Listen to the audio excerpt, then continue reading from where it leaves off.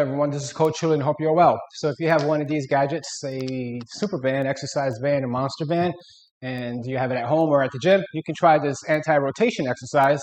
Really simple, gets your core, fantastic for the muscles that run down your spine, your hips. It's a total body movement. So I'm going to try to do this in less than a minute.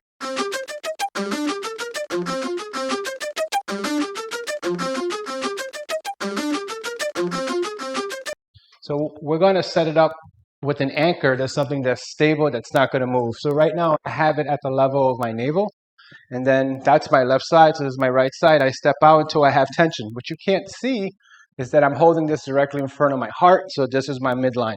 Here's exercise 1, quarter squat. I'm out far enough. It's pulling me, tugging me. I press forward, back, stay in that quarter squat, and I hold that for 10 seconds. So I repeat, so you can do that for 10 reps and then hold for 10 seconds. And of course, you can do that on the other side.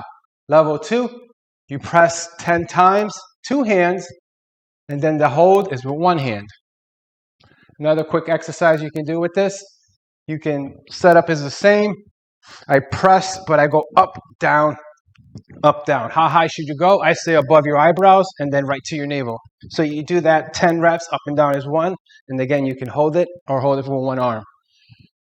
Couple of things with the legs. You can drop lower into it, about quarter squat or half squat. Your leg position needs to be hip apart. You don't want your base of support to be too wide. That's going to give you too much counterbalance.